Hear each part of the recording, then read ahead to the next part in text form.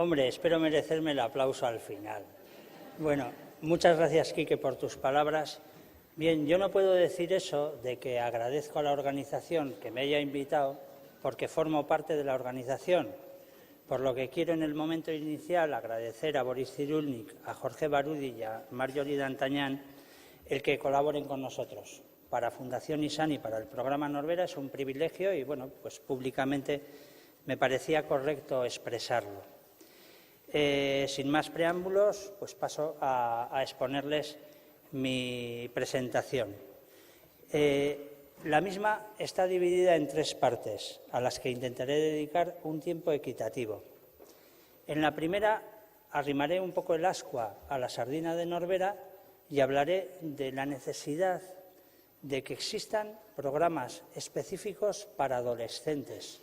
Yo creo que es una necesidad y tienen que existir. Y también hablaré un poco, al menos, de cuál es el enfoque que nosotros damos al programa Norbera. Hablaré del enfoque y no de la metodología, porque mañana va a haber otra ponencia para hablar de la metodología. En la segunda parte daré unas pequeñas pinceladas sobre la adolescencia, sobre la familia en su cambio del ciclo vital y sobre cómo se pueden encontrar los adultos, la madre y el padre, cuando llegan a tener hijos adolescentes. Para terminar hablando lo que desde mi punto serían las características de una relación bien tratante, que es la que da nombre a esta ponencia, ¿verdad? Bueno, les voy a dar 6 argumentos, 6 ideas, para defender que son necesarios programas específicos para adolescentes. La primera idea es que ser competente en la educación de un niño o de una niña no garantiza serlo de un adolescente. Es decir, las habilidades parentales hay que irlas actualizando a la etapa evolutiva, hay que irlas actualizando a la edad de los hijos y de las hijas. Y en segundo lugar, porque los adultos se pueden encontrar 15 años después de haber tenido el primer hijo con diferentes estresores vitales que pueden haber influido positiva o negativamente. Se pueden encontrar en un momento vital distinto y dentro de ellos se pueden encontrar en crisis. La segunda idea, derivada de la primera, es que una infancia feliz no garantiza, desde luego favorece, pero no garantiza la felicidad en etapas posteriores de la vida. Cada etapa evolutiva tiene una serie de retos que se pueden afrontar con mayor o con menor éxito. Y además, en el caso de la adolescencia, esos retos son específicos. Y además, si resulta que las figuras parentales, las figuras de aperos principales, pueden haber entrado en crisis, el apoyo que se va a recibir va a ser menor. La tercera idea es el concepto del menor. El concepto del menor es una idea que abarca de 0 a 18 años. Es un concepto legal que tiene su sentido, desde luego, pero que abarca 2 etapas evolutivas claramente diferenciadas, la infancia y la adolescencia. Desde ese punto de vista, aunque existen unas necesidades básicas comunes, yo hablaré luego de las necesidades de los adolescentes, estas se expresan de manera distinta y se satisfacen de manera distinta según el momento y la edad en la que una persona se encuentra. El cuarto argumento es que se entra en una nueva etapa del ciclo vital familiar. Cuando un hijo, cuando una hija llega a la adolescencia, la familia no tiene más remedio que cambiar sus hábitos, que cambiar sus rituales, que realizar un cambio obligado porque llega el adolescente. Y esa etapa vital tendrá también sus características propias que es bueno que se tengan presentes. La quinta idea es que también cambia el rol social que juega un niño. Ahí pues he puesto de ricura sospechoso, ¿verdad? Sí que es verdad que a los niños se consideran qué majos, qué tiernos, qué tal, y los adolescentes pueden llegar a ser un poquito más molestos. En todas estas jornadas y congresos siempre se ponen frases de Platón, de tal, de cual, que, bueno, pues me imagino que muchos de ustedes las conocerán, pero sí es verdad que cambia el rol social y el chico o la chica vive ese cambio del rol social. Y la sexta idea es un cambio relativo al contexto social, es contextual. Yo pienso que educar en la adolescencia hoy en día, en el presente, es complejo, es algo más complicado. Bueno, habría muchos argumentos que dar y habría mucho que hablar. Les he puesto ahí solamente dos apuntes, ¿no? La modificación del concepto de autoridad, que se ha hablado a la mañana, ¿verdad? Bueno, no se puede ejercer de la misma manera. O hay autoridad moral o va a ser muy complicado que eso funcione bien, ¿no? Y la segunda idea es que existen hoy en día unas posibilidades de ocio inmensas, muchas de ellas maravillosas, pero también es que existen amplias posibilidades de ocio insano. Si uno quiere buscarlas, desde lo que se ha hablado a la mañana, de cosas que se pueden bajar y subir de la red, todo el tema de Internet. La accesibilidad que tienen las drogas. Hoy en día un chico o una chica que quiera consumir con 15 años sabrá cómo encontrar y sabrá dónde encontrarla. Tienen una accesibilidad importante. Todo el tema de las apuestas, los juegos, etcétera, etcétera. Bueno, pues hacen que las habilidades parentales no solamente hayan que adecuarlas a la edad del hijo o la hija que va creciendo, sino también adecuarlas al contexto social en el que su hijo o su hija está creciendo, ¿no? Por lo que, bueno, ya les he dicho que creemos que hay necesidad de que existan programas específicos que apoyen y acompañen al adolescente, que apoyen y atiendan a sus progenitores y también que echen una mirada a la familia en ese cambio de ciclo evolutivo. Bueno, cuando hablo de programas de adolescentes, desde mi punto de vista, desde el punto de vista de Norbera, ¿qué características? Bueno, no sé si contradiciendo, pero al menos complementando, yo soy de los que opino que la adolescencia se termina a los 18 años, como mucho, y si ustedes me estiran, a los 19. Pienso que a partir de ahí nos podemos encontrar con adultos jóvenes con comportamientos adolescentes.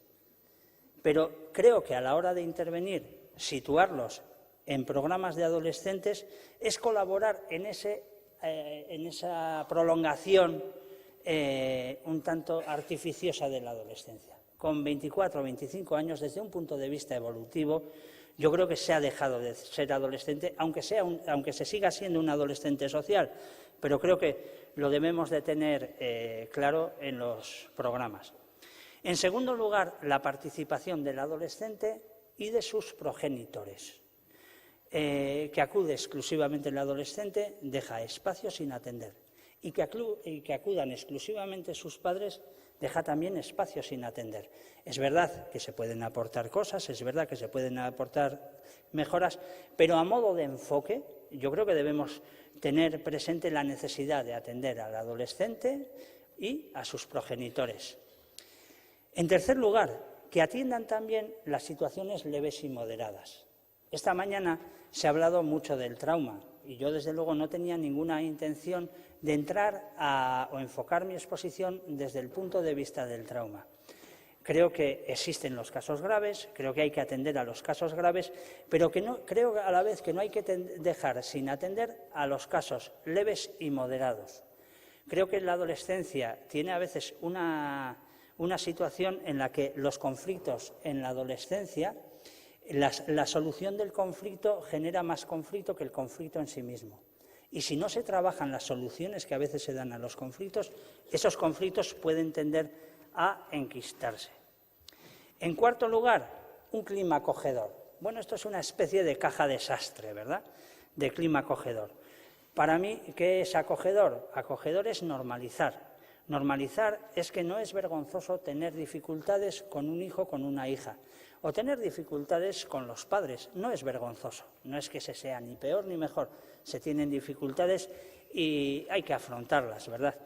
Desde ahí desculpabilizar, desdramatizar, no es el acabose, no es el final, ¿verdad?, sino que hablamos de chicos y chicas que tienen todo el futuro por delante, por lo que también el clima acogedor tiene que ser optimista. Nosotros desde hace muchos años venimos hablando del optimismo terapéutico, el optimismo de que las situaciones pueden mejorar y pueden ir mejorando en un proceso gradual y que la mejora sea muy significativa, ¿no? Y como digo proceso, me refiero también a un clima que respete los ritmos. Muchas veces quienes estamos atendiendo a chicos y a chicas y a familias nos encontramos con que casi se nos exigen respuestas inmediatas y no se puede plantar hoy por la mañana y recoger a la tarde. Son procesos, llevan un tiempo y poco a poco, si se trabaja, los procesos van dando sus frutos. La quinta idea es la escucha como factor de vinculación. Bueno, el tema del vínculo es importante y como mañana se va a hablar, no lo voy a tocar, pero cuando me refiero a la escucha me refiero a lo siguiente. Yo, en bastantes ocasiones, cuando me encuentro con una familia, me tengo cierta desazón al pensar qué punto de vista tan distinto me están dando del que yo quiero aportarles. Pero primero tengo que aceptar, tengo que escuchar su punto de vista, tengo que validar sus emociones, porque una vez que puedan, que consiga, que sientan cierto apoyo emocional, es cuando posteriormente se puede cuestionar, revisar, sugerir, confrontar, y ahí he puesto puntos suspensivos porque se pueden seguir poniendo palabras.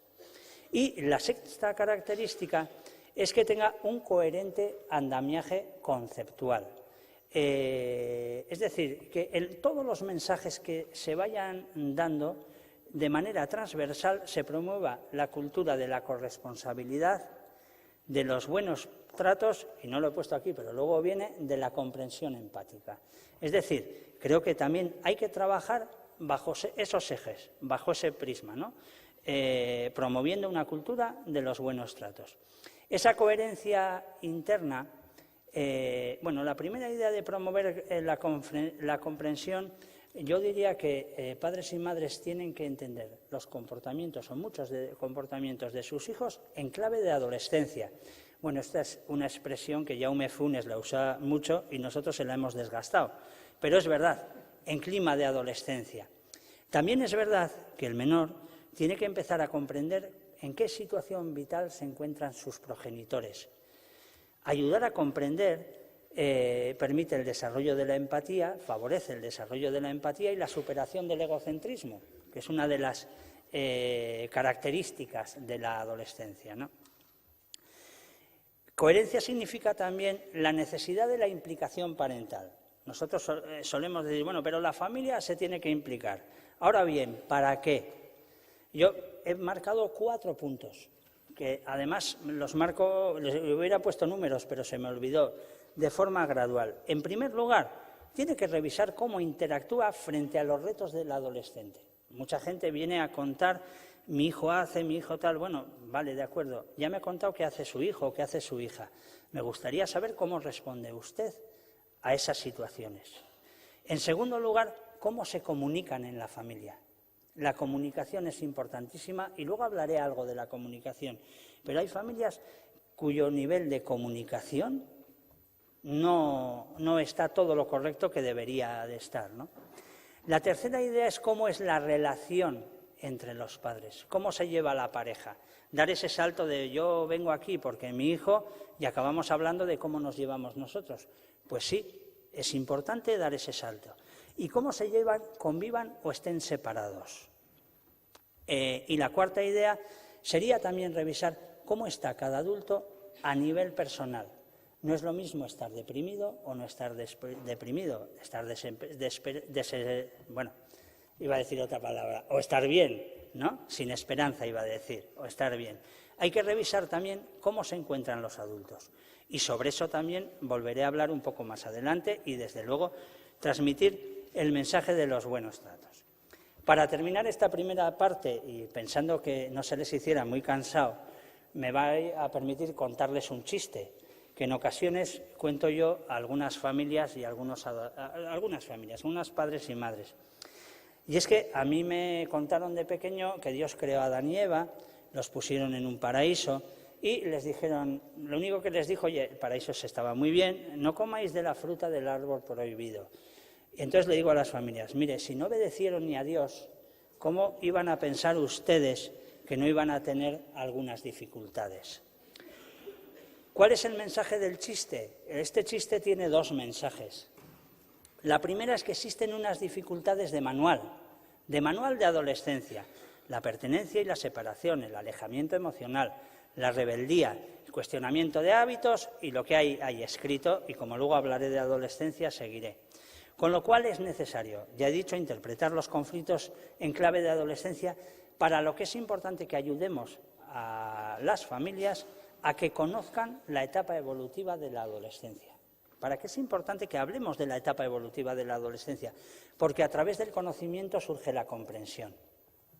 Bueno, ese es el primer mensaje del chiste. El segundo, y vuelvo atrás, no sé si se han dado cuenta, que he puesto una frase de un poeta ya fallecido, que es Leopoldo María Panero, que dijo en una ocasión que en la infancia se vive y después se sobrevive. Hay familias, incluso hay chicos, que pierden el paraíso al empezar a crecer. Hay que ayudar a la aceptación del cambio de ciclo. Llegar a la adolescencia es algo maravilloso. Ha sido muy bonita la infancia, pero la siguiente etapa también es atractiva, ¿no? No es tan trágico perder el paraíso de la infancia. Bueno, paso a la segunda parte, que son las pinceladas sobre adolescencia, familia, etcétera, etcétera. Aquí he metido un movimiento que se me olvidó quitar. En clave de adolescencia, bueno, de estas tres cosas, lo que yo les voy a decir, pienso que la gran mayoría de ustedes ya lo conocen, pero creo que es importante tenerlo muy presente. Por eso he dicho, bueno, voy a dedicar 5 o 10 minutos, más que 5 o 10 minutos, a desarrollar este punto, ¿no? Porque si no lo tenemos presente, no tenemos presente cosas importantísimas que están sucediendo en la relación con un adolescente o con una adolescente. Voy a pasar rápido, pero es verdad que la etapa de la adolescencia es una etapa de cambios. El tema de la revolución hormonal, cómo influye en el estado del humor. A mí hay gente que me dice, es que mi hijo o mi hija es bipolar. No, perdone, es adolescente. En segundo lugar, de cuerpo de niño a cuerpo de adulto. Es que aquellos de ustedes que vean Doraemon verán que hay mucha diferencia entre tener el cuerpo de gigante a tener el cuerpo de Novita. El cómo se desarrolla el cuerpo, cuándo se da el estirón, tiene influencia. Tiene influencia el ser guapo o feo. Sartre decía que a partir de los 40 solo es feo quien quiere. Ser feo a los 15 años no es fácil, o ser fea a los 15 años no es fácil. Tienen más éxito social los guapos, ¿no? Y si hablamos de la orientación social, como no coincida con la de la mayoría, tendrá una serie de dificultades. También se da un desarrollo cognitivo. El adolescente desarrolla una mayor capacidad de argumentación. Yo a las familias les suelo decir, si yo voy con un niño pequeño a cruzar un semáforo y está en rojo, me dirá, no se puede cruzar porque está en rojo. Si voy con un adolescente, miramos a los lados y si no viene nadie, pasamos. Posiblemente si el adolescente va solo, pasa aunque vengan. Dice, me da tiempo. Pero ese desarrollo cognitivo influye mucho en el proceso de búsqueda de identidad, ¿no? Un factor por el que la identidad se forma es por oposición. Y la necesidad de oponerse principalmente a la familia es sano. En ese sentido, la rebeldía como factor del proceso de individuación. Un niño o una niña ve la realidad, o muchos niños han visto la realidad a través de los ojos de sus padres, que les han dicho lo que está bien, lo que está mal, lo que se puede, lo que no se puede hacer, lo que es peligroso. Llega un momento en que tiene que decir, bueno, esa es la visión de mi familia, yo tengo que estructurar la mía propia. Ahora, como hay una inseguridad personal, como la identidad no está formada, pues es verdad que a veces en esas manifestaciones de oposición puede haber cierta tendencia hipercrítica, susceptible a la crítica, prepotente, sobre alarde, etcétera, etcétera. Pero vuelvo a decir de manual, la identidad se hace por el feedback de las personas significativas, es decir, nos miramos en los demás como un espejo. Y si lo que una chica o una chica recibe de las personas significativas, de su madre y de su padre, son, y exagero, eres un vago, eres un mentiroso, en ti no se puede confiar y a ti quién te va a creer y quién te va a querer, como se lo crea, la hemos fastidiado. Entonces, es verdad que aquello que los adultos devuelven al adolescente forma parte de la estructura de la identidad que va desarrollando, ¿no?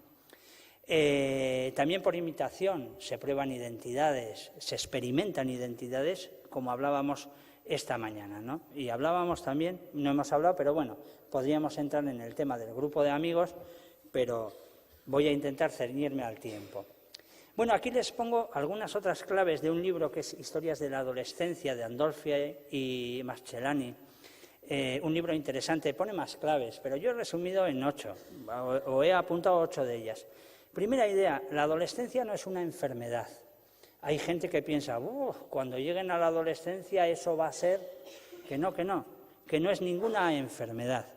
Segunda idea, el adolescente no es un niño grande. Es verdad que a veces se les piden responsabilidades de adultos y se les tratan como a niños. Existe una ambivalencia entre el deseo de independencia y el espíritu regresivo hacia la dependencia infantil. Es verdad que el adolescente es ambivalente y la gente te lo expresa, dice, oye, me ha estado chillando y luego se me pone para que le haga mimos. ¿Con qué me quedo? Bueno, la rebeldía como separación y la rebeldía también como petición de contención. Luego hablaré que es verdad, que tienen que existir normas. Tocaré algo de eso, ¿verdad? Las señales verbales y no verbales del adolescente son complejas. Es importantísimo ayudar a leer entre líneas a las familias, a que no hagan una lectura textual de lo que está sucediendo. Hay gente que me dice, es que me decía que no iba a fumar nunca. Ya, es como lo del semáforo. El adolescente lleva esculpida dentro de sí la historia familiar. El adolescente es el resultado, en su vida familiar, de las interacciones que ha tenido la familia desde una generación anterior. Lleva esculpida el resultado, entra en contacto con el resultado de esas interacciones, incluidos los secretos. Es el brazo armado de los conflictos familiares. Aquellos conflictos a los que la familia muchas veces no pone voz, el adolescente sí les pone voz. Entonces, por eso mirar cómo está el subsistema parental, pues es necesario, ¿verdad? La vida no comienza en la adolescencia, de eso se ha hablado muchísimo a la mañana, y no estigmatizar como patológica la conducta de un adolescente. Bueno, nos encontramos que el hijo y la hija llegan a la adolescencia. ¿Qué supone para la familia? ¿Qué implica eso a nivel familiar? Bueno, primero, a los padres y a las madres les puede entrar cierta sensación de irrelevancia. Uno se ha estructurado todo su tiempo para no dejar nunca al menor solo. Este fin de semana, ¿qué vamos a hacer con el niño? Y de repente el niño nos dice, no, que yo no voy al pueblo, que yo no quiero, vale. O el niño dice, bueno, me voy a las 3 y vuelvo a las 10. Bien, hay cierta menor disponibilidad del hijo a la hija que tiene que separarse, que es natural que se vaya separando, ¿no? Deseo de independencia y exploración del mundo externo. Cierta sensación de pérdida de control, rutinas y horarios. Es natural, las rutinas que han venido desde la infancia se tienen que ir modificando. A mí me daba mucha tranquilidad cuando mis hijas eran pequeñas y les acostaba y ya estaba todo el mundo acostado y digo, bueno, ya ahora me quedo yo un rato y luego me voy a la cama. Pero de repente te dicen, no, yo me quedo. Y te da una cosa y dices, joder, me voy a ir a la cama a ver si se va a pasar hasta las 1000. Bueno, pero es lógico que haya un momento en que el hijo se quede y el padre se vaya a la cama, ¿no? Es lógico que eso esté pasando. Se cuestionan rutinas, se cuestionan horarios. Es verdad que es necesario que la familia siga manteniendo las rutinas, pero es el equilibrio entre la rutina y la improvisación, porque la adolescencia tiene mucho de improvisación. Dependerá de la mayor capacidad de flexibilidad y adaptabilidad de la familia. Y es verdad que además el padre y la madre se pueden encontrar en una situación en la que sus propios padres, es decir, los abuelos del menor, se van haciendo mayores. En la que tiene que empezar a cuidar a sus propios padres y tiene que seguir cuidando a sus hijos, ¿no? De ahí la situación sándwich, que también es una expresión de otro profesional, pero ahora no me viene el nombre, ¿no? Y hay que mirar cómo está la relación entre los padres, cómo se llevan, lo vuelvo a repetir, qué coincidencias y qué discrepancias existen sobre la educación y cómo gestionan esas coincidencias y esas discrepancias. Pero esa gestión dependerá Yo he puesto ahí la relación del IPC. El IPC es el IPC del amor, es una teoría de Stenberg que habla en qué nivel de intimidad se encuentra la pareja, el deseo de comunicarse entre ellos, qué nivel de pasión, deseo de estar juntos, no solo pasión sexual, sino no es lo mismo ver un rato la tele solo que ver junto a tu pareja, ¿verdad? Y qué nivel de compromiso. En ese sentido, es muy importante saber en qué punto se encuentra la pareja, ¿no? Y si los padres están separados, si existe respeto mutuo. Yo vengo de una generación en la que si te mentaban a tu madre o te mentaban a tu padre, decías, oye, ya puedes retirar eso ahora mismo. Y ahora nos encontramos con más frecuencia de la deseada, con padres y madres que se mentan mutuamente a través de los hijos. Y eso hace muchísimo daño. Entonces, hay que mirar la familia cómo se adecúa a estas situaciones y a estos cambios, ¿verdad? Bueno, de la evolución social de la familia ya lo han comentado a la mañana, lo ha hablado Elzo, los cambios estructurales, los organizativos, los cambios de roles. Sencillamente, en los roles parentales sí les diré que una buena parte de los modelos educativos heredados de la familia de origen han quedado obsoletos. A mí muchísima gente me dice, es que si yo le dijera a mi padre o le dijera a mi madre lo que dice mi hijo, ya, pero eso era 1980. Ahora es 2016. Hay que situarse en el aquí y el ahora, ¿verdad?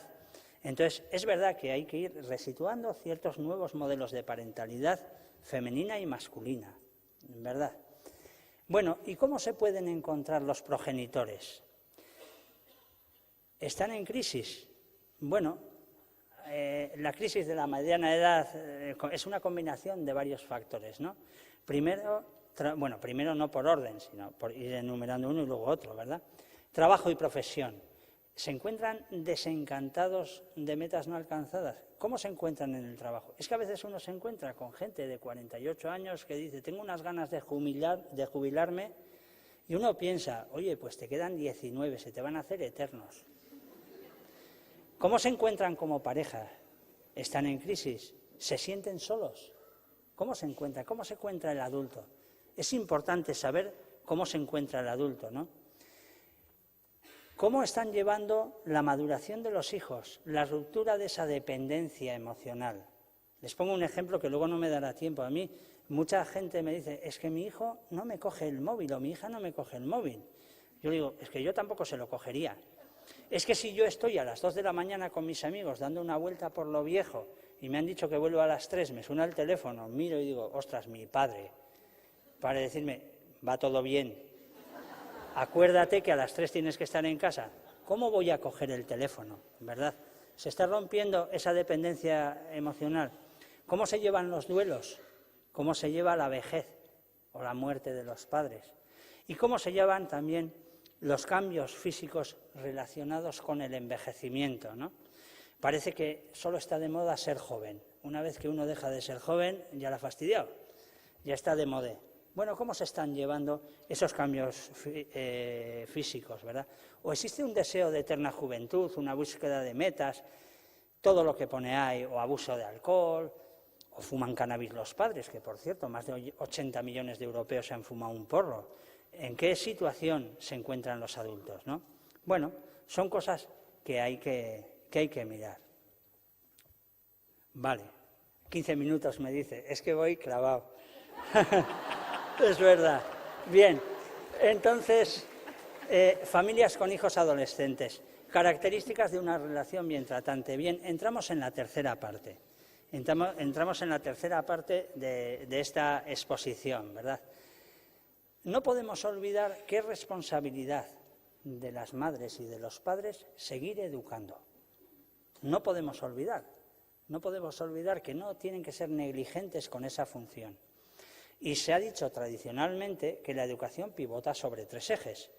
Las funciones afectivas, afecto y comunicación, las funciones normativas, normas y límites, y la promoción de la autonomía, que viene a ser adecuar el afecto y la norma a la edad, ir equilibrando el afecto y la norma a la edad.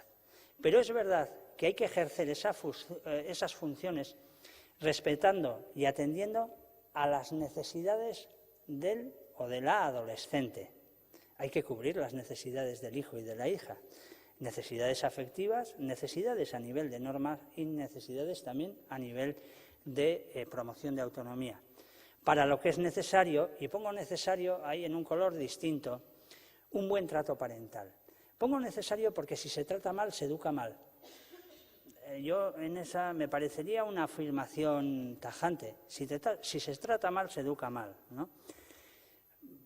Para lo que es conveniente, aquí ya no lo digo tan tajantemente, para lo que es conveniente que el adulto tenga sus necesidades cubiertas. No me acuerdo si fue San Agustín o Santo Tomás el que decía estar bien para ser bueno. Bueno, estar bien es importante. Que los adultos intenten estar bien es algo importante. Entonces tendríamos que buscar un sistema que combinase estas dos cosas, ¿no? Atención a necesidades y seguir ejerciendo las funciones educativas. Bueno, yo he puesto este paradigma, ¿no? Este modelo que vendría a ser el siguiente.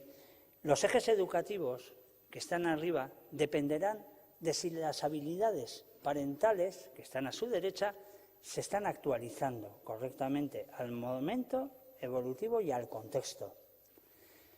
Y a la vez también dependerán de que el adulto tenga sus necesidades medianamente cubiertas. Si el adulto ejerce correctamente esas funciones, recibirá un beneficio. Yo cuando hablo de necesidades, perdonen, muchas veces tengo en la cabeza, la puse luego la quité, la pirámide de Maslow, de necesidades. Es verdad que su necesidad de autoestima, al menos de autoestima parental o marental, la tendrá cubierta, le dará satisfacción. A la vez, si se ejercen bien los ejes educativos y se cubren adecuadamente las necesidades del chico o de la chica, se notará en la interrelación. Se notará en la interrelación y el adulto recibirá afecto, respeto, pertenencia, recibirá un beneficio de ejercer en la interrelación, de cubrir adecuadamente las necesidades. Pero como todo dibujo es un poco abstracto y me gustaría intentar en los últimos minutos, ¿no? Concretar un poco más. Para eso les he puesto estas tablas que son bastantes. No me va a dar tiempo a expresarlas todas, pero el esquema es el siguiente. Luego, como estarán colgadas en la red de Norbera, estarán a disposición de todo el mundo. ¿Cuáles son las necesidades del adolescente a nivel afectivo? Para cubrirlas, ¿cuál debería de ser la habilidad parental? ¿Y qué necesidad el adulto sería bueno que tuviera cubierta? Es un poco los tres elementos que hemos hablado en este esquema.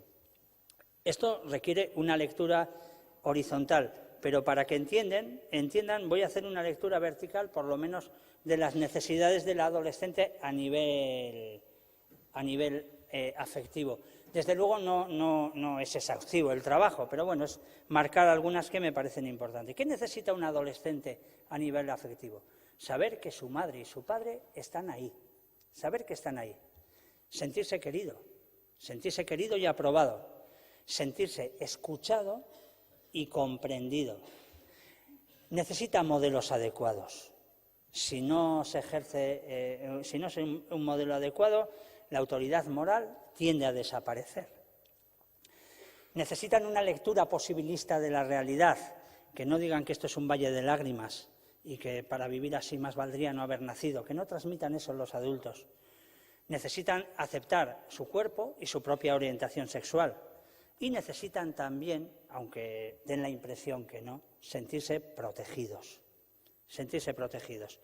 Bueno, si me voy a una lectura más, no sé a dónde me he ido, una lectura más horizontal, sería, bueno, saber que su madre y su padre están ahí. Primero, una disponibilidad emocional. Los padres y las madres tienen que estar disponibles emocionalmente hacia los hijos. Y es verdad que a veces nos encontramos con padres y madres enfadados, crónicamente enfadados con sus hijos. Pues aprendan de sus hijos, enfádense y desenfádense, pero no estén todo el tiempo enfadados. Y aprendan también a disfrutar de la relación. Bueno, me voy a saltar lo que yo había pensado. Aquí hay otra que parece la contraria. En necesidad de autonomía es el egocentrismo, estar en su mundo. Me refiero que parece la contraria porque un adolescente necesita que su madre y su padre esté ahí y que le deje en paz. En ese sentido es estar cercano y dejarle tranquilo, ¿verdad? El adulto pues tiene que reducir su dependencia emocional, no tiene que ir todo el rato detrás, ¿verdad? En ese sentido es importante, ¿no? Necesitan sentirse queridos y aprobados, sentirse escuchados. Ya que he dicho que iba a hablar un momento de la comunicación, mucha gente me dice, uy, es que mi hijo es muy difícil comunicarse con un adolescente. Y hay una compañera que le parafraseo que dice, bueno, es que a veces de un naranjo, naranjas. Es que a veces la familia se comunica muy poco. Yo suelo decir a las familias, oiga, ya hablan ustedes de las noticias, ya hablan de que el vecino ha salido con un traje que le quedaba horroroso, ya hablan de lo que ha pasado. ¿Tiene la familia el hábito de hablar, de comunicarse? Porque si tiene, el adolescente poco a poco se irá sumando. Si la comunicación está basada en el qué has hecho, a dónde has ido, tienes deberes, yo también me iría a mi cuarto. Entonces, en ese sentido, la comunicación es importante. Por eso, hace falta que exista afecto para que la comunicación sea buena, hace falta confianza y hace falta respeto, ¿no? Y, como pone ahí, compartir de lo banal a lo íntimo, ¿no? Ser escuchado. Les digo lo de... Vale, me quedan 5 minutos. Bueno, le digo lo de la lectura posibilista de la realidad. Cuando fallen 2 me avisas. Lectura posibilista es lo siguiente, tener una visión positiva y posibilista del mundo. Si los adultos están deprimidos y lo que transmiten es que esto es un horror, el adolescente se convierte en un extraterrestre que se aleja. Porque ¿para qué se va a sumar a este mundo de horror? ¿Para qué va a trabajar? Hay que motivar, ¿verdad? Con lo cual es importante trabajar cómo se encuentran los adultos. Si aceptan los hechos, no sé cómo estarán a nivel laboral, cómo estarán a nivel de pareja, si pueden empezar a resolver problemas que los pueden tener ahí, pueden estar resignados, ¿no? En la idea de no resignarse, el tema del respeto nuevamente a la hora de afrontar los problemas. Bueno, no quiero terminar sin decir algo de las funciones normativas. En las funciones normativas solo he puesto 2 casillas y las necesidades que he puesto del adolescente solo 2. Figuras de autoridad adecuada y desarrollo de la empatía. Parece que esto está... ¿Y cómo pone aquí el desarrollo de la empatía? Bueno, yo a la gente le digo que existen 2 tipos de normas, 2 tipos de límites. Los límites educativos y los límites relacionales. Si yo hoy no aparezco por casa a dormir y mañana tampoco voy y voy el domingo, mi mujer me dirá, oye, pero tú, ¿cómo no has avisado? Y es lógico, y no soy un adolescente. Evidentemente es un límite relacional.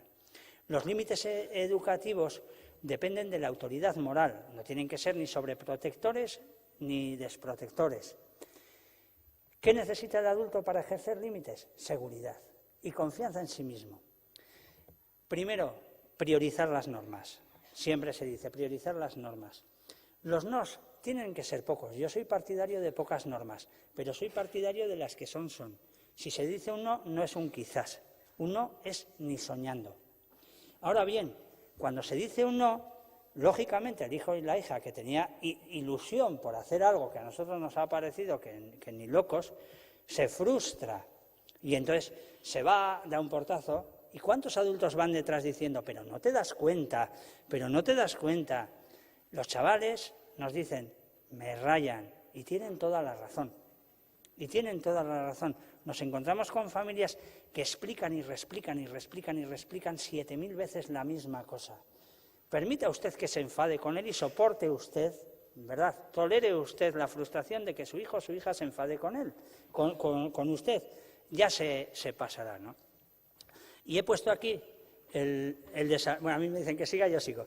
El desarrollo de la empatía en base a los límites relacionales. Ni padres tiranos ni padres siervos. Hace muchos años me dijo una señora, cuando se ponía pollo en las familias para comer los domingos, me dijo, mira, he estado poniendo pollo fin de semana tras fin de semana durante años. Y he puesto una pechuga aquí, una pata allí, otra pechuga tal, y yo siempre me quedaba las alas. He comido alas domingos durante toda la vida, el peor bocado del pollo. No me lo ha agradecido nadie. No me lo ha agradecido nadie. En ese sentido, yo a veces le pregunto a la gente, oiga, la lista de la compra, ¿cómo hacen ustedes? ¿A usted qué le gusta comer? A mí acelgas. ¿Pone acelgas? No, no le gustan los hijos. Pues oiga, ponga alguna vez. Piense también en usted, ¿no? Permítase usted, no se lo dé todo a sí mismo, pero busque un equilibrio entre las necesidades del hijo y la hija y también sus propias necesidades, ¿no? Entonces, en ese sentido, es importante para el desarrollo de la empatía que los hijos también empiecen a ser conscientes de las necesidades de sus progenitores. 2 minutos, bueno, pues digo 2 cosas. La interrelación con personas externas, acoger a las amistades de los hijos. Acoger a las amistades de los hijos. Hay gente que dice, no, es que no le dejo llevar amigos a casa. Perdonen, los amigos de los hijos deben de ser amigos de la familia, porque los amigos de los padres son amigos de la familia, porque el hijo no tiene ese derecho de tener sus propios amigos. Es verdad que a lo mejor los chavales pues no hacen todo bien. Ya hemos dicho cuestionar la conducta, bueno, no lo hemos dicho, pero se me ha pasado cuestionar la conducta y no cuestionar a la persona, ¿no? Favorecer la relación con la familia extensa, bueno, habría mucho que hablar. Para terminar, ya les digo que hay más cosas, pero las dejaré ahí, quería hacer un pequeño resumen en 10 puntos. La primera, tener dificultades no es vergonzoso. Yo creo que es importante, no es vergonzoso. Muchas de ellas son dificultades de manual. En segundo lugar, la importancia de interpretar los conflictos en clave de adolescencia. En tercer lugar, tener la frescura de que las tensiones normativas no deterioren la relación, afectiva. No el enfado crónico, ¿verdad? En ese era el tercero. Bueno, en cuarto lugar, no personalizar los conflictos. La oposición es sana, no lo hace para fastidiarme, lo hace pues porque es lo que le toca hacer, ¿no? Los nos, yo soy partidario, y vuelvo a decir, de pocos, pero firmes. Aceptar que la infancia se ha terminado y aceptar que la adolescencia se ha terminado, ¿no? Hasta los 18, 19 se educa y luego hay que empezar a apoyar a los hijos. Pero no queramos seguir educándoles con 22, 23, 24, no. Para mí son adultos y hay que tratarlos como adultos, ¿verdad? No involucre a sus hijos en las discusiones con su pareja o su expareja. Les hará muchísimo daño. Revísese y preocúpese de sí mismo, trate bien y trátese bien. Bueno, muchas gracias.